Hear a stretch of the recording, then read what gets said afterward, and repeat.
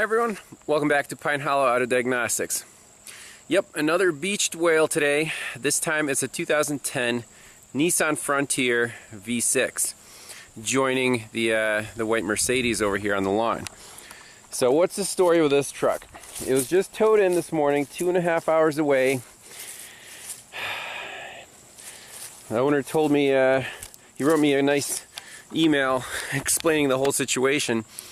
Basically, his clutch, it's a 5-speed manual, or a 6-speed manual. Anyways, his clutch completely grenaded on him. The picture was quite impressive. So, replaced the clutch, a whole bunch of other things. 300 miles later, something happened, and the truck basically went to limp mode, and now it's a crank no start. Let's just read his summary here real quick. So, clutch replacement earlier this summer after a spectacular display of failure.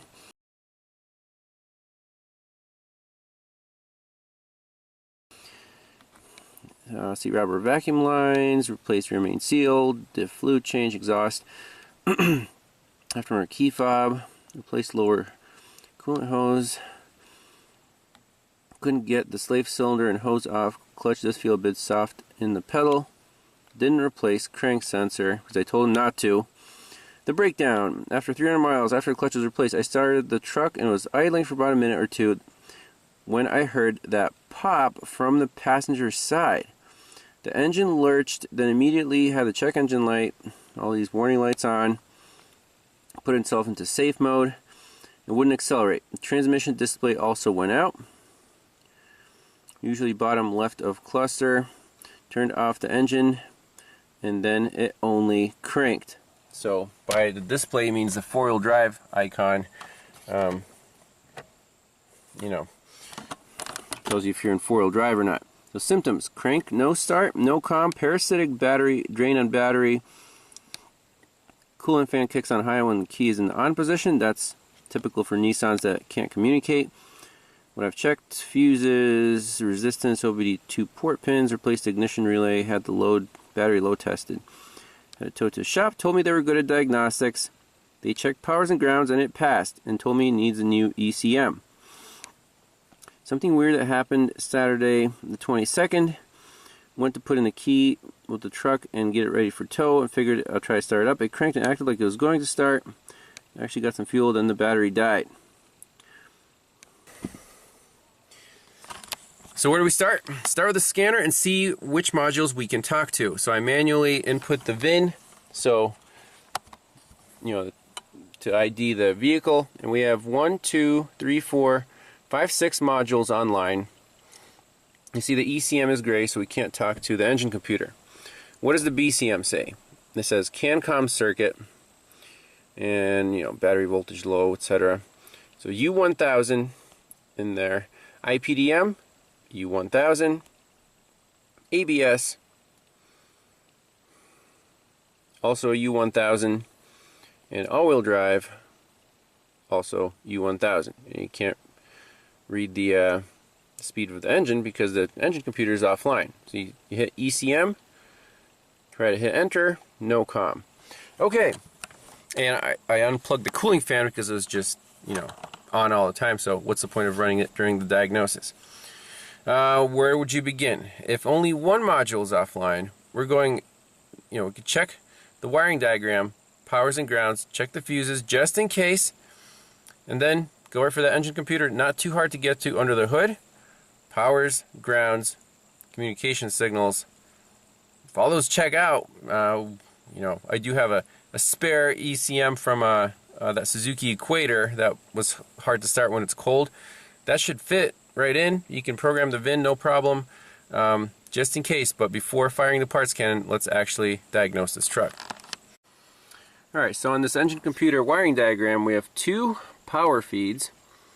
One of them, the ignition switch on or start, goes through fuse 10 amp, fuse number 1 in the fuse block on the passenger side here behind the glove box, and feeds pin 109.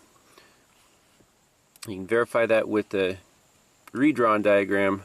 Pin 109 ignition switch. It's a white and red wire. So let's check fuse number 1. That would be this engine control unit. So bottom left row, got a baby test light. It's the star of the show. And I touch this pin right here, lights up, lights up. Okay, so that, at least that fuse is alive. So what I do is put a check mark by the fuse. We still haven't gotten to the ECM. Next fuse is battery positive, and that is on pin 121, right, this wire right here. I guess we can do the redrawn diagrams.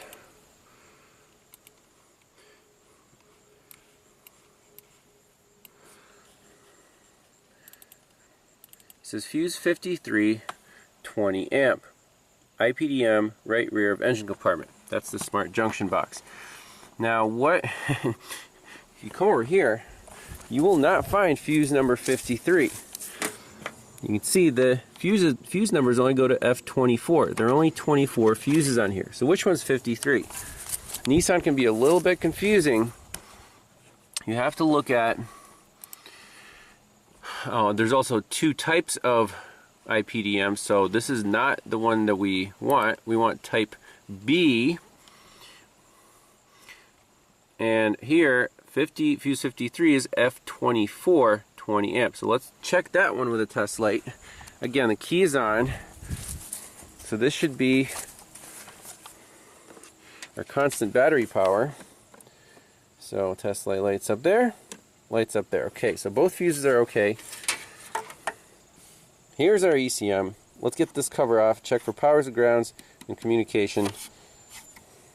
Let's see what's going on.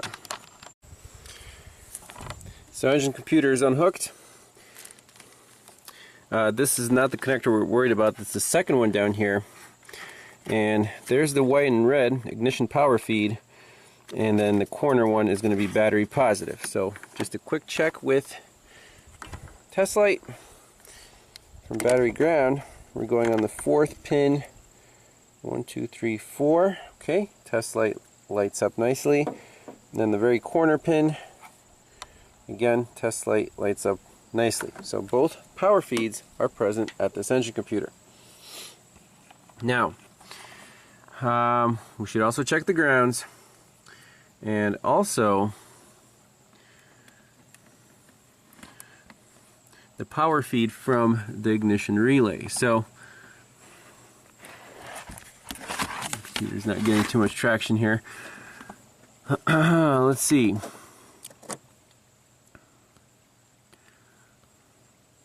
Okay, ECM relay. The load side of that goes to A and K. There's A. Pin 45 at the ECM. Oh, no, that's the purge.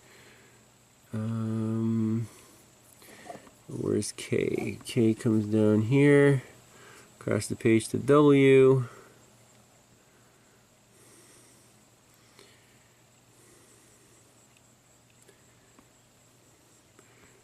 Okay, so basically the computer turns on this relay, and the control pin for that is on 111.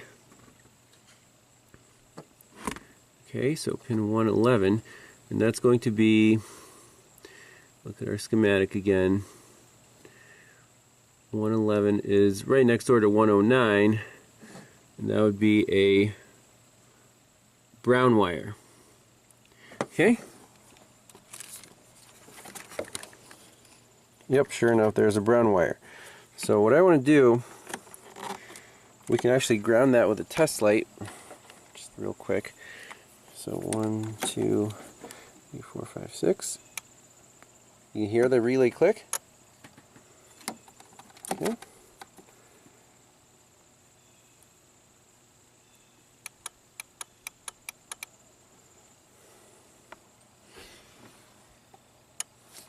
And that should send power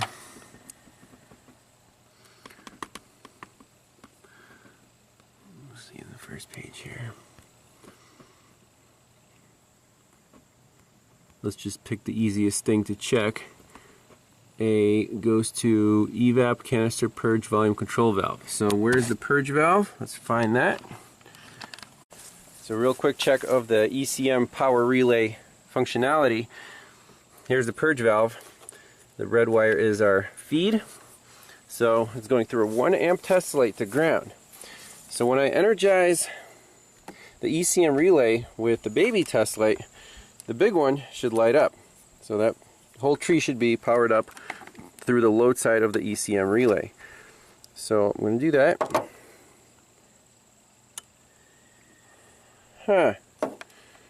So it clicked.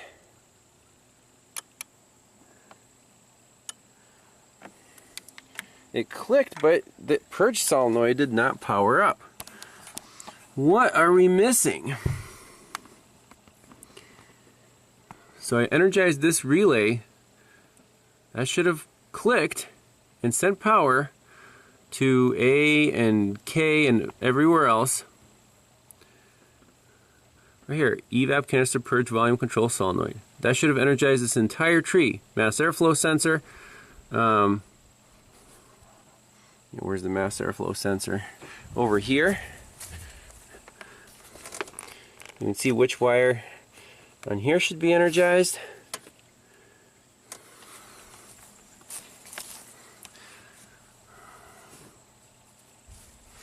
I mean, just for kicks.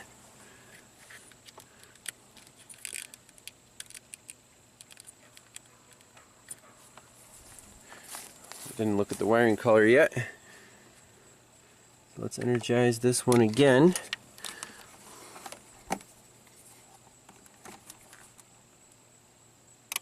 Oh, there we go. That was the power feed, so I was on the wrong wire. Yeah, that works. So sure is looking like the engine control module, if we plug it in and turn the key on, that light should light up if the control module is indeed turning on this ECM power relay. It shouldn't even involve CAN communication. So let's try that. Let's plug it in, see if that light comes on when we turn the key on. Alright, so computer's plugged back in. Let's see what happens to our test light.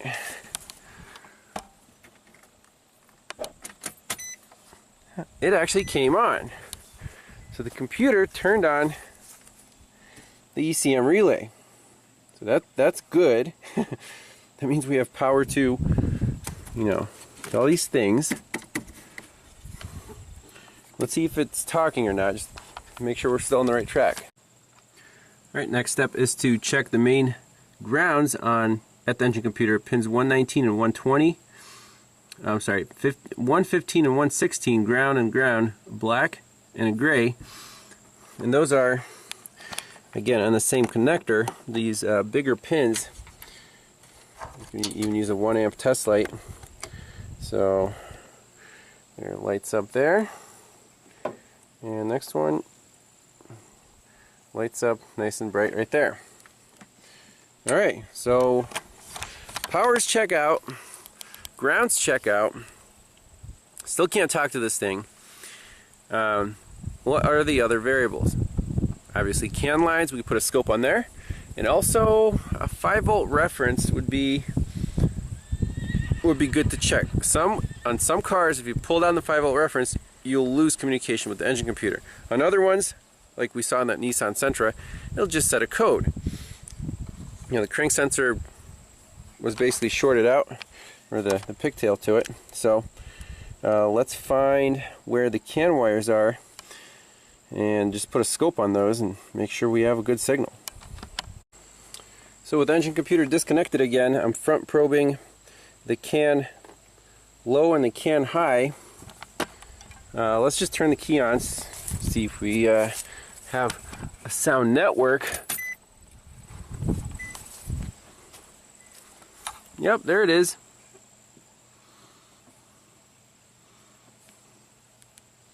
Let's bump the that down and reduce our time base. Everything looks great. Just the computer is not talking. So wiring integrity is fine. Last check before calling this ECM. Let's check the 5-volt reference to to one of the main sensors. So last check is the 5-volt reference on the power steering pressure sensor. That was the easiest one to get to. It's this green wire, and we're at 1.5 volts, so that's not good.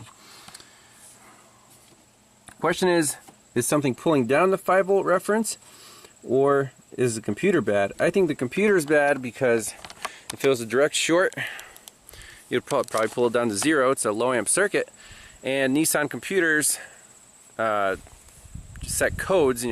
We had that crankshaft position sensor shorted out on the Sentra, and it just set a code for it, and for the other sensors on the tree. But this thing is just dead in the water. So let me get my spare ECM for this truck. We'll plug it in, see if anything changes. Alright, moment of truth here. The ECU from the 2011 Suzuki Equator's plugged in. A little different part number. This is from an automatic. So, I don't know. Let's just turn the key and see what happens on that 5-volt reference.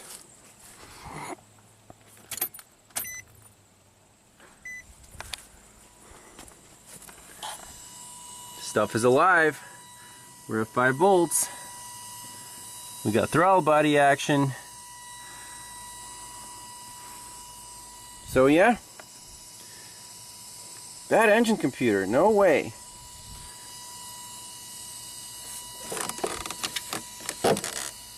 Why is this computer making a really weird sound?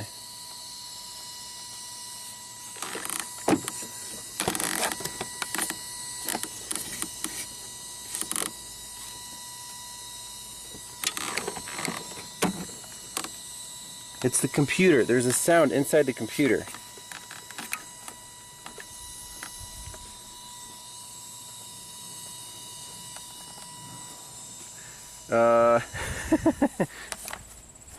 I don't know. Let's turn it off.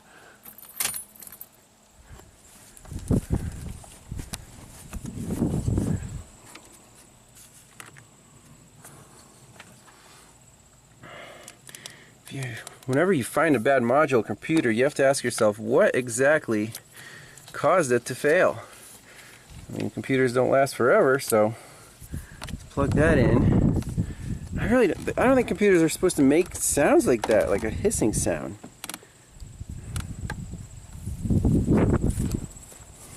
Keep in mind that one is also faulty. Doesn't start in the cold.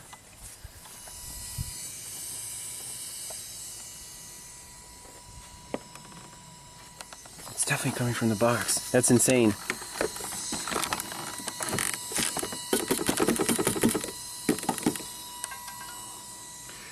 Plug in the scanner, see what happens.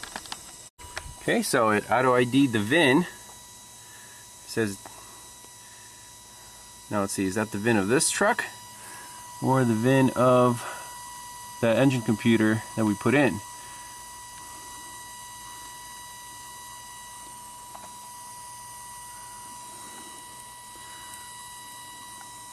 #8379. Huh. Okay. Now let's do a smart scan, see what happens. Yep, you can talk to the engine computer. No kidding. But it's making weird noises. Alright, so here's the codes are stored in the ECM, CAN-COM circuit, lost-COM TCM. So it's looking for a transmission controller, which this truck does not have. I wonder if this will work or not. Well, I don't know. I'll give it a try. Let's go to anti-theft, program in this key.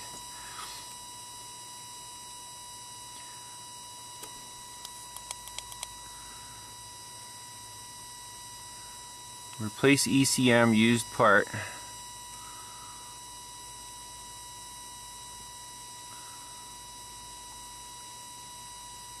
So we're going to need to write this down. And is this before or after 2010? It's 2010. Alright, took a second to program the key. Sorry I didn't show that on camera, but it's very easy. Just follow the instructions on the scanner. So we don't have the security light anymore. Let's delete these codes. Yep. This side of the sunshine. Okay.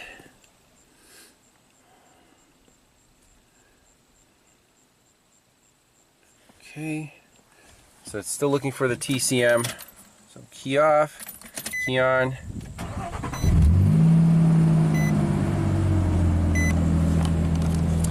Wow. Starts and runs. Unbelievable.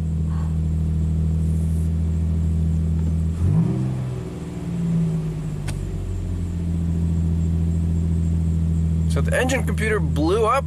That's insane. So I don't know if this ECM will be the final solution here, but hey, save your spare parts. So let's scan the vehicle one more time, all the codes, and clear them all out and see if we can get this thing back on the road. Alright, let's clear all the DTCs, yes. So those two codes in the ECM remain.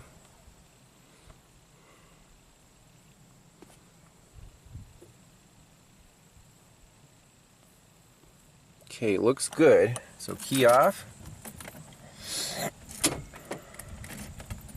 Key on. Okay, check engine light comes right back. VDC off. I think he's missing the button there. Oh no. So let's back out. Smart scan one more time. Yeah, unfortunately, oh, there's the ABS is talking there, but this computer worked for the diagnosis, but we're gonna need to get a proper computer for this manual transmission truck. Flagship one? I don't know.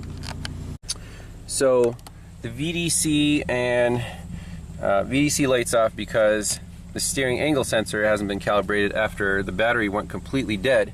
So easy fix on the ThinkToool Pros. We'll go right into ABS and perform a special function.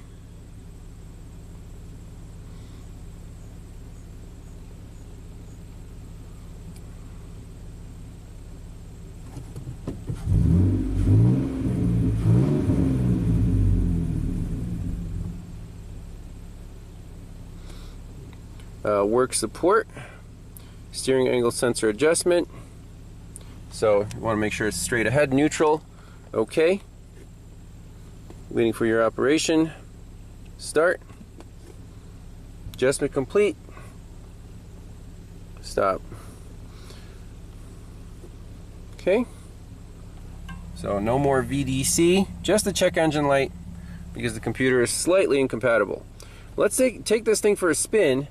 Customers said it was also overheating, I guess, for whatever reason. We'll plug in the cooling fan, obviously. Let's see, read fault code.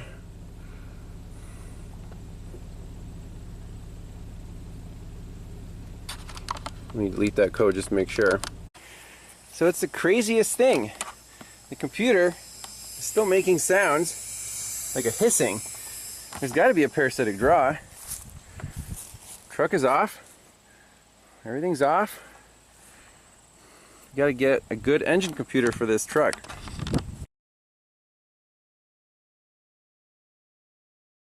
So a little bonus footage on the Frontier. A, the computer stopped buzzing altogether, just randomly. I unhooked the battery. We're doing a parasitic draw check. We're down to 80 milliamps. Now that's a little high by my standards. I want to see 20 or less. So this isn't a big parasitic drain, but it is there. So you could leave the truck for a little while longer, park it over there, do another check, but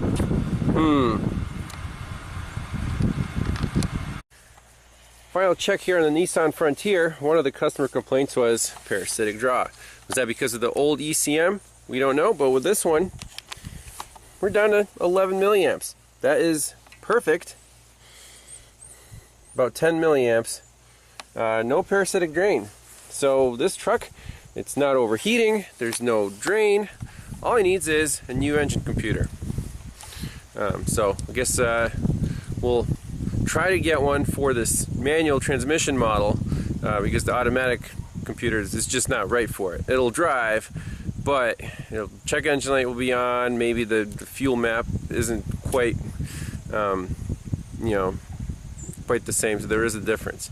But that's it for the diagnosis. Thanks a lot for watching, and we'll see you in the next one. Bye-bye.